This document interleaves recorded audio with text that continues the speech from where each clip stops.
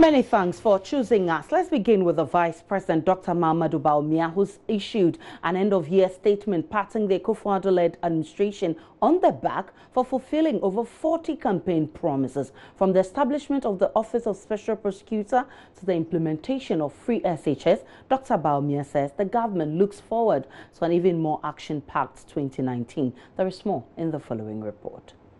In the statement, the Vice President says, as we come to the end of 2018, we have to thank God for all His mercies.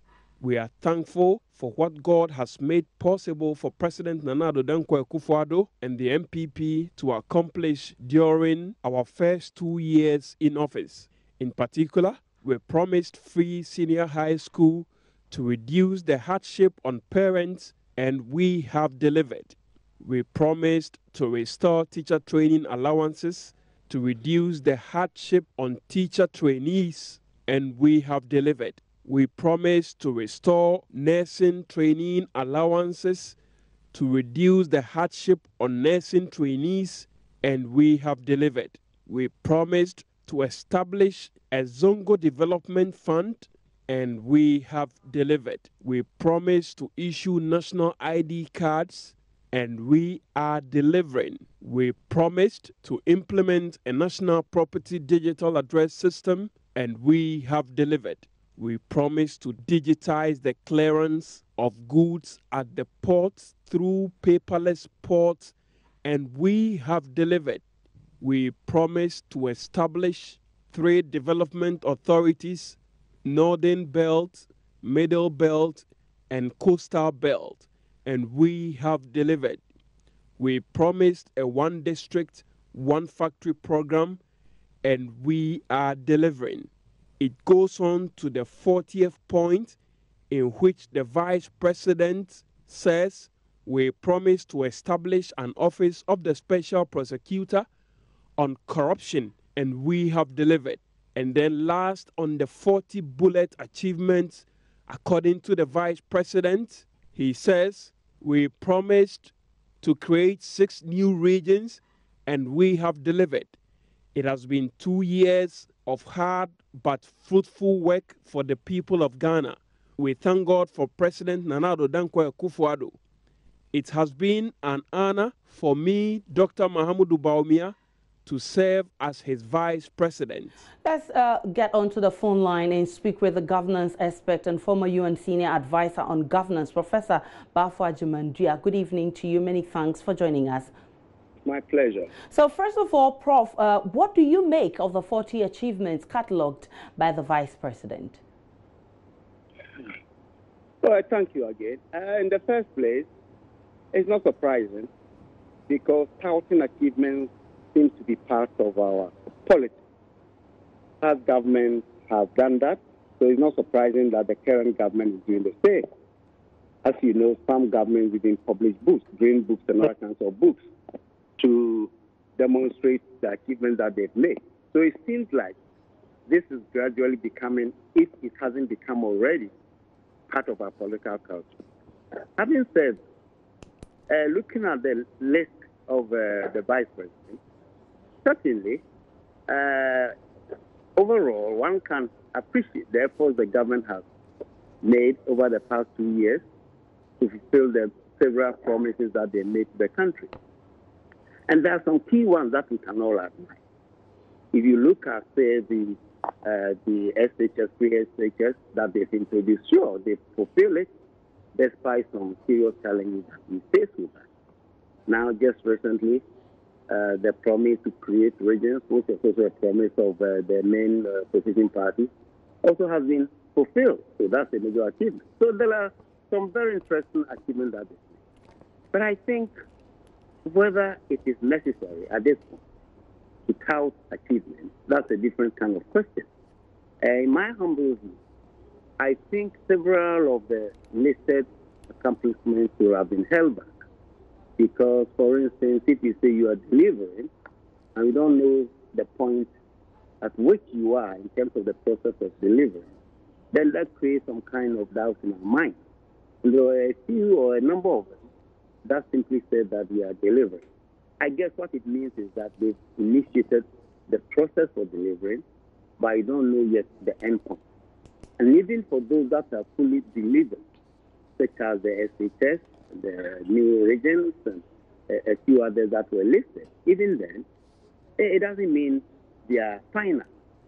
We may have completed them, delivered, but we haven't gotten finality because all of them will need continuous nourishment, continuous, support and direction for them to be permanent in our society. So, yes, the Vice President, as we know, is a very, very boisterous leader. He is a very exciting, enthusiastic Vice President, proud of the achievements, especially in the area of digitization that I believe he has led quite strongly.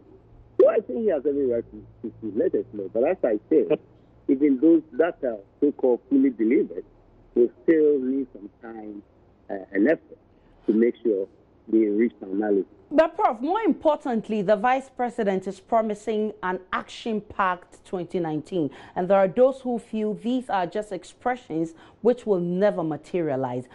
You feel same?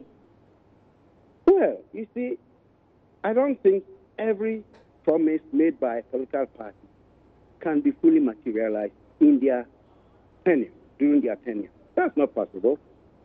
Even if when they are so-called materialized, as I said earlier, that achievement will still need to be continuously nourished in terms of support, consolidation, expansion, and what have you.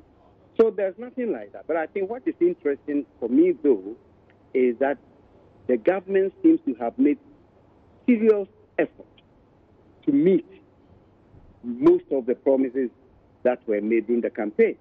And as you know, our politics, unfortunately, has become a competition of meeting promises. Because you know that when the previous government was in power, the NDC, the opposition was accusing it of not meeting certain promises. So it's not surprising to me that this government, knowing too well what the party did when it's in opposition, also have to come out to say, we have achieved that. That's why I began by saying that this seems to be gaining root in our political culture. I don't know whether that's a good thing. Maybe competition breeds some kind of excellence and, good products and all. So maybe that is it. But as overall, we should not rush to meet these promises only because we are promised. Some of them need some sober reflection and retooling and re-engineering, no doubt. Just as I think some people have criticized the senior high school program, the free high school program, that maybe if you have been delayed a year, they will have thought through carefully, certain challenges would not have come. So those are legitimate points. But you cannot accuse the government for trying to meet what it had promised. If you look at the United States, and it's a bad example, a bad comparison, I think, but nonetheless, if you look at what Trump is doing, he said, look, I promise I will build a wall. So if the Congress, you don't give me the budget for the wall, I'm going to shut down government. It sounds crazy. But unfortunately, this seems to be the politics of the era. So back home here, I think the government may have overstretched itself trying to meet all these promises that it made. But having said that, we should also appreciate the fact that certain initiatives have been good for us. Because if you look at the way they are trying to make the poor paperless, cutting out all these types of intervention that breed corruption, then we are doing well on that. But I suspect people are feeling this way because of the huge government expenditure pattern, especially next year. We know of 6 more regions that is adding on to the 10 regions. We know of the 1D, 1F government promises to go more into rates next year. We know of infrastructure development and all of this. For you, what is your expectation going into 2019? Well, my expectation is that government will be more reflective in terms of, as you mentioned, the expenditure of government, especially if revenue is still having challenges, if you are not getting the revenue that the government needs to provide for the public want. With that in mind, and knowing too well that after next year, the following year becomes an election year, I'm sure the government will be pragmatic enough to realize that they cannot throw money at promises that would not yield immediate dividends. for the public to feel that something, in fact, is changing. But I know the government is also banking on the seeming growth in the economy. Because once the economy grows, it expands, then of course, it brings more revenue to the government. So maybe they know that with the bauxite deal, with the Chinese coming on board, there's no money, the inflows to be coming. Maybe these are what they are thinking. Because certainly as politicians, I'm very much sure that they are very much aware that the public is anxious to see results, not only in terms of infrastructure, because we all know that the previous government threw a lot of money putting up infrastructure, but didn't win them the election. Ultimately, what people will be looking at is their own individual welfare. How am I doing? Am I able to pay my school fees? Am I able to feed my family? And especially how they're going to generate revenue to support all these promises they are making, I guess. Many thanks to you, Professor Abafo Agyeman-Duah, as former UN senior advisor on governance, and he's been expressing his expectations of government entering into 2019. Now, chairperson of the Office of the Special Prosecutor, Linda Oforikwa-Afo, is cautioning against the use of the seat of government as a clearinghouse for government officials who might have engaged in acts of wrongdoing. Linda Oforikwa-Afo, who is also the executive director of the Ghana Integrity Initiative, explained when some government officials are found in corrupt acts, committees are set to investigate the matter, but nothing comes of it. Now, she is therefore proposing such reports must be forwarded to other government institutions to be further probed. She spoke earlier on the AM show. One thing that really worries me, when earlier on I spoke about governments don't change, is the people that change. Has to do with the way and manner we use the Flagstaff House or the seat of government as a clearinghouse. For government officials that might have engaged in acts that are wrong. And when committees of inquiries are set up and then they complete their job, we never get to know the findings or the outcome, but then we get presidents saying they've done nothing wrong. It happened in the previous administration. It has happened a couple of times in this current administration. And when Obama was in this country, I remember he said we should allow institutions to work. So if you set up a fact-finding commission and they finish their job, you can actually forward the reports, if you don't want to give it to the public, to one of these institutions of state, many of them. You have the SHRAJ, you have the police, whatever, for them to do proper and further investigations into the matter. Because you are supposed to be the executive, you are supposed to be the implementer. You cannot let your people or allow people who fall under the executive commit an offense. I wouldn't say they've committed any crime because I wouldn't know what the findings are. Alleged. And then fact-finding commissions finish, so you more or less become a judge in your own courts. You set up the whatever, you finish, you declare them, and they go scot-free, and they're walking around, and nothing else happens. Numerous allegations of corruption came up, and that is the result we had in previous administration, and that's why the governments don't change. And that is one of the areas, if going into 2018, 2019, they will change, we'll be very, very happy about. That don't, especially you can do it in every other aspect, but not when it comes to anti-corruption. We are not happy with this at all. The clearinghouse syndrome. No, they have to stop. It's not good at all. That's all live on Joy News Prime. Coming up also in this bulletin, former President Jerry John Rawlings decries monetization of the National Democratic Congress, describing few people who support as brokers who dictate direction of the party. Many thanks for staying with us. Let's get to the other stories. Former President Jerry John Rawlings is asking members of the opposition National Democratic Congress, NDC, to commit to financing the party. He says the current state of the NDC, where many members do not contribute through payment of dues, has left the party in the hands of those he describes as financial brokers who dictate what direction the party takes. Now, the issue of financing of the opposition party has been topical since a nomination and filing fee of 420,000 cedis was fixed for flag bearer aspirants. This has since been reduced to 320,000 cedis. Now, speaking at the 37th anniversary of the 31st December movement, Mr. Rawlings says membership contribution can make the NDC truly democratic. There is more in the following report by Joseph Akable. Former government appointees, leadership of the opposition National Democratic Congress, and members of the party joined founder Jerry John Rawlings to mark the event believed to have laid the ideological foundation of the Social Democratic Party. Apologies for the breaking sound. We'll bring that story back to you. But now authorities at Komfo Anokye Teaching Hospital say over 70% of beds at the facility are out of use and need replacement. Chief Executive of the hospital, Dr. Oheneba Owusu-Danso, says management is compelled to keep them until new ones are procured. Prince Appiah has more in this report. Komfo Anokye Teaching Hospital is the only referral center for healthcare delivery in the entire northern zone of Ghana. It provides specialist services to about 8 of the 10 existing regions. Challenges with beds at the hospital go beyond quantity to, more importantly, quality and convenience to both patients and health personnel.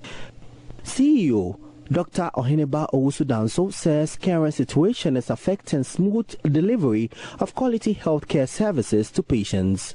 Currently, even for the beds that we have installed on our wards and other places, you may see number of beds assembled, but more than 70% of the beds we have here are out of use. We are only keeping them because we haven't had replacement for them. Because in terms of the true and full function of the bed, a lot of them have lost their function in terms of their movement and in terms of also trying to vary their function for specific patients. So when we get such brand new beds, they come in very timely for replacement on specific areas, especially at the accident and emergency. The no-bed syndrome is only part of the bigger equipment challenge at the facility. Dr. Owusu-Danso explains. The Komfo Anokye is in such a critical state that we need assistance. And it is so because of our strategic location, very central, and we are providing all kinds of specialist services that most regions in the country do not offer. About 8 regions use Komfo Anokye as the referral center. And with the creation of new regions, for instance, I can now say that we are going to deal with about even 14 regions. Meanwhile, a Deputy Chief of Staff at the Presidency, Francis Asenso-Boakye, has donated 20 new beds to the hospital in a move believed will bring some relief. So this donation of hospital beds is my token response to their call for assistance. I'm hoping that once some of us have started, other world wishes will also come in and help. Meanwhile, hospital officials are calling on benevolent individuals and corporate institutions to support the hospital. Prince Appiah reporting. Welcome back to Joy News Prime. Let's get on to our earlier story where former President Jerry John Rawlings is asking members of the opposition National Democratic Congress to commit to financing the party. He says the current state of the NDC, where many members do not contribute through payment of dues, has left the party in the hands of those he described as financial brokers who dictate what direction the party takes. We have millions who sympathize with the ideals of the party, but many prefer not to offer their widow's mite to the successful management of the party. This has resulted in a situation where a few individuals have constituted themselves into power brokers who dictate the direction of the party by holding it to ransom with their financial strength. If we do not uproot the main stems of corruption in this country, soon we will also contribute to the consolidation of the evil of corruption. We would have squandered another God-given opportunity to free this country and restore its soul and our humanity. The Tama Regional Police Commander DCOP Edward Johnson Akrofi Oyirifi says the 31-year-old man who allegedly stabbed to death the Central Assemblies of God pastor has not shown any sign of mental disorder since his arrest. DCOP Akrofi says though a psychiatrist is yet to evaluate the suspect on claims by a section of the public that the suspect is mentally unstable, he appears to be sound. Speaking to Joy News, DCOP Akrofi further stated that the accused is likely to be processed and arraigned before court on Wednesday. Maxwell Agbagba has more in this report.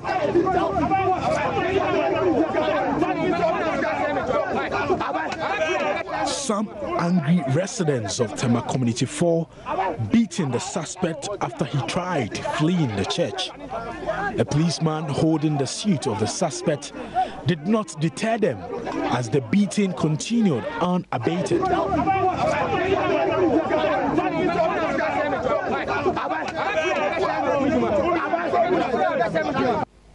Police officers later displayed the knife used in committing the dastardly act.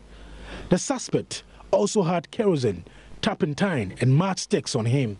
Well, it is the afternoon before the 9th of 31st. Usually, members of the Community 4 Assemblies of God Church will be preparing the grounds for the watch night service that would welcome the new year. But that is not happening today because a lot of the members have not found strength to prepare the place for the church service later this evening.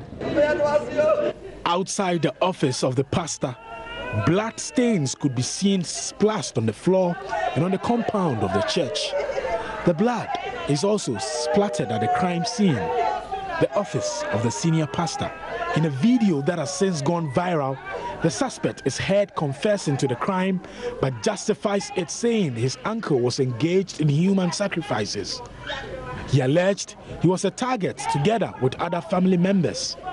But the General Superintendent of the Assemblies of God Church Ghana, Reverend Professor Paul Frimpong Manso, is not happy about media reports about the claims. He grew under this group and went to Bible school. I can verify that David has never and will never ever consult any occultism.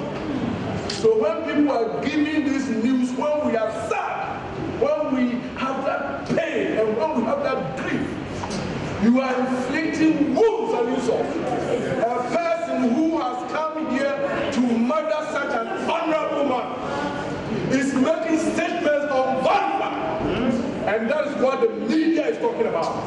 That is what the Facebook and others are spreading. We are destroying the name of the church. I want to say that David was never one of the fake prophets.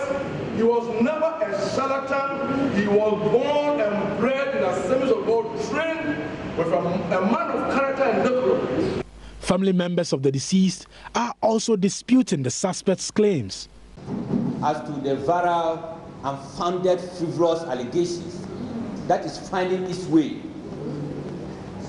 into the local and international media and fueled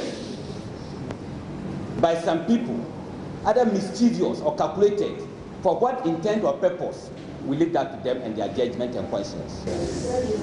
A section of the public had suggested the suspect is mentally deranged after the video accusing his uncle of engaging in human sacrifices went viral. But the Tema Regional Police Commander says experts would have to examine him. He says the suspect has not shown any signs of mental disorder. He has not shown signs that he is insane or anything of that sort. You see, we per your demeanor and your behavior, one may see you as an insane person. But unless it is proven medically before you can say that such a person is mentally deranged. No. From my observation of the suspect, I don't think that he is a mentally deranged person. Aduma Firm's Bishop Yao Owusu-Ansah has been reacting to concerns by some identifiable groups for pastors to get personal security. Well, security is important to every human being. You need a security, he needs, I need. But I believe that the first security person in our lives is God himself. Because upon all the security apparatus that you put together, without God with you, there is no way that you can survive. You can have all gadgets around you, but if God says that you will die, you will die. And so therefore I believe in the supremacy security that we must be concerned about. If God watches us, if God did not allow anything to happen, it will never happen. And so that God factor must not be denied. On the second matter, and the second note, I believe that if there is a need for security for men of God, there is a time. There is nothing wrong about that, but some overdo it.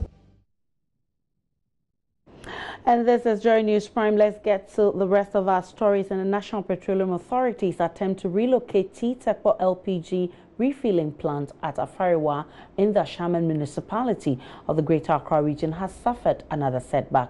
The NPA, in a letter dated 7th November 2018, directed T-Tekpo Energy Limited to relocate its refueling facility by 31st December 2018. The letter also stated categorically that the operating permit of the company will not be renewed after the said date. T-Tekpo Energy Limited has, however, filed a suit at an Accra High Court to contest the NPA's directive. Correspondent Kwame Yanka has the rest of the story. The decision to relocate the facility became necessary after some stakeholders petitioned the Energy Ministry and the National Petroleum Authority, NPA. The petition raised risk concerns the facility posed to two adjoining schools, Tema International School and Tema Ridge School. The petition further said, in the event of an explosion, the impact will be severe due to the environment in which the refilling station is sited. A multi-stakeholder committee made up of Fire Service, Environmental Protection Agency, Department of Factory Inspectorate, among others, was formed to investigate the issue. NPA, upon advice of the committee and in consultation with the Energy Ministry, concluded on relocation of the facility. Assemblyman for Neiman Electoral Area, Charles Kessie, is one of the petitioners. I think the danger could be more excessive than whatever happened, looking at what happened at Medina and the tanks over there, because I went there to assess it myself. And looking at the tanks that we have here, which I think is more huge, I sense serious danger than what happened there. And so if you look at the schools too, we have two adjoining schools, Tema Ridge, Tema International, and there's Afariwa Market Station, and there's an estate, Afariwa Station. You getting me? And looking at the new estate that is being built there, and looking at the junction itself, Afariwa Junction itself, you look at how cars, every time there's traffic there, and so anything could happen. And look like there are a lot of churches around, and so who knows the day that thing happened, all those people are in the churches and schools, we may have a lot of casualties. A driver at the Afariwa Junction taxi rank, Samuel Bessie, holds a different opinion as the LPG station has high safety standards. Me Afariwa Junction taxi station gas no ehwa na yeto gas area mu nyina ehwa na yeto gas omutu omufri onu mu a ebe hayen. Meanwhile, owner of a mechanic shop close by, Idi Idrisu, has a mixed reaction.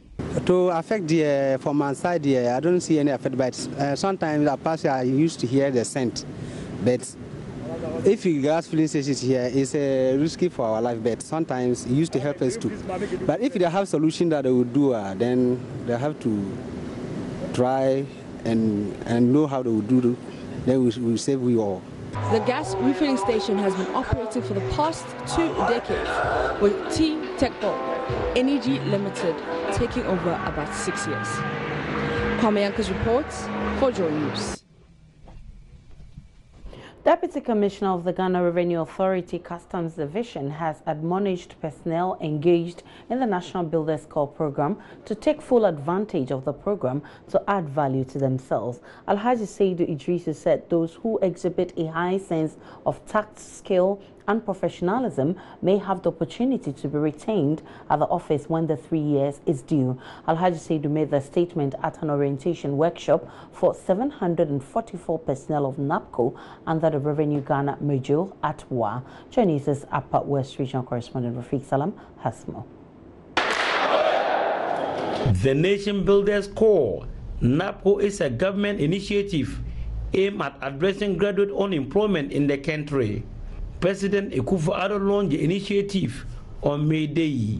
NAPCO has been divided into 7 models of Civic Ghana, Revenue Ghana, Educate Ghana, Enterprise Ghana, Digitize Ghana, Heal Ghana, and Feed Ghana.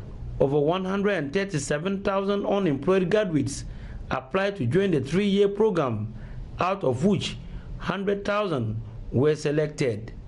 The Ghana Revenue Authority is one of the institutions in the country benefiting from the initiative. Several thousands of personnel are therefore being engaged in the Revenue Ghana model across the country. 744 of them were posted to the Upper West office of the Ghana Revenue Authority. An in-service training was therefore held for them. Alhaji Seidu Idrisu is a Deputy Commissioner of the Ghana Revenue Authority Customs Division and is one of the facilitators at the training. And if anybody is joining you in your house, at least you must tell him where your bathroom is and where your washrooms are. So we are just introducing them into what is GRA, the role that they are expected to play, the standard, the ethics that they are supposed to, to demonstrate and to obey. They have to make sure that they take full advantage of it by demonstrating their full, attention to the work that they are given, because they will learn a lot from the website, and some of them may be lucky to remain with us at the end of the program. Upper West Regional Director of NAPCO, Omar Nuhu, spoke of the benefits the government hopes to achieve from the NAPCO initiative and advised the public to cooperate fully with the personnel to ensure the success of the program. Let us cooperate with them, especially those that they will be coming in direct contact with. Shop owners, house landlords, even those who are doing petty trading. It is not about what you do, it's about what you hope for this country to achieve. The little tax that you pay can make a difference. And I would say that they should bear with our trainees wherever they encounter them, because some of them are new. They may not be patient enough to handle issues as professionals, but the public should bear with them. See them as their younger brothers and sisters who are just going into the job market and trying to help in the nation building process, so that eventually all of us will become beneficiaries of this whole enterprise. Reporting for Joy News, Rafiq Salam.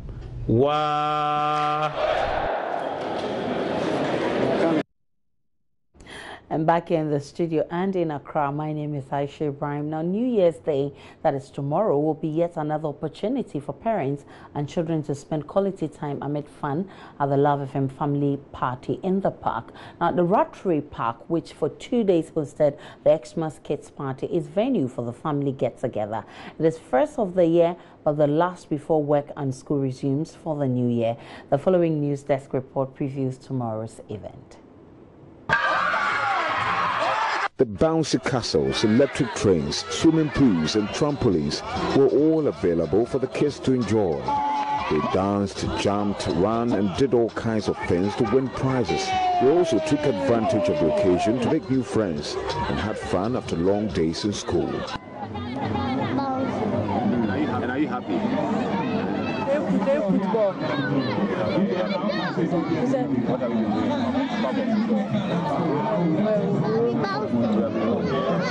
I'm happy. Parents had no option than to join the action as they watched their children take the park by storm. Anyway, bye. I said, Meju Manikaka. The baby, come up. I want to say, come as we do, as we come up. The first time come there by him. When you have the fire, I have 9 days. Or when you have the almost swimming, almost jumping, or when you have the fire, you won't feel no more from higher come, higher come. I was a young man for quiet by and you knew what. The environment is good, conducive, and colorful for the children and the readers. That's not all. The Love FM's family party in the park comes off on the 1st of January 2019. Reporting for Joy News, Kwesi Deborah. And time now for sports, and Black Star striker Samuel Jan says he is eager to regain a perfect form after the difficult year he experienced in 2018. More in this report. Personally, I want to start playing consistently because that is all I want to do. You know, I want to play football. Football is my life. It's been a difficult year, you know, honestly. You know, but I'm just hoping next year things are gonna change because that is what I want to do. Anytime I'm playing and I'm scoring, I'm happy. You know, despite everything like behind the scene and everything, all I know in this world is football. You know, despite the entertainment and everything, I just love football. I just want to play, score goals, make fans happy, and that's it. There's a new manager at the club, so definitely you would want to stay and see what will happen. Yeah. He really likes me. We have a couple of meetings. He likes me. So far, he's happy with my trainings and my performances and everything. You know, so we hope for the better.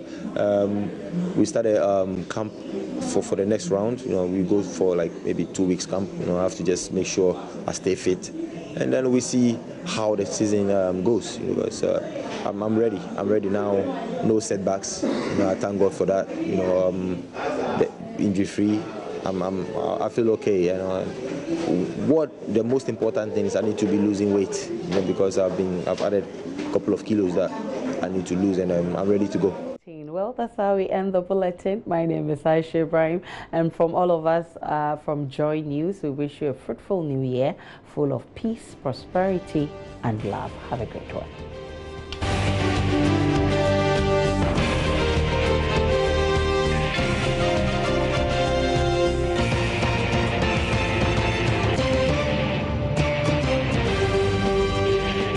This is Joy News Prime.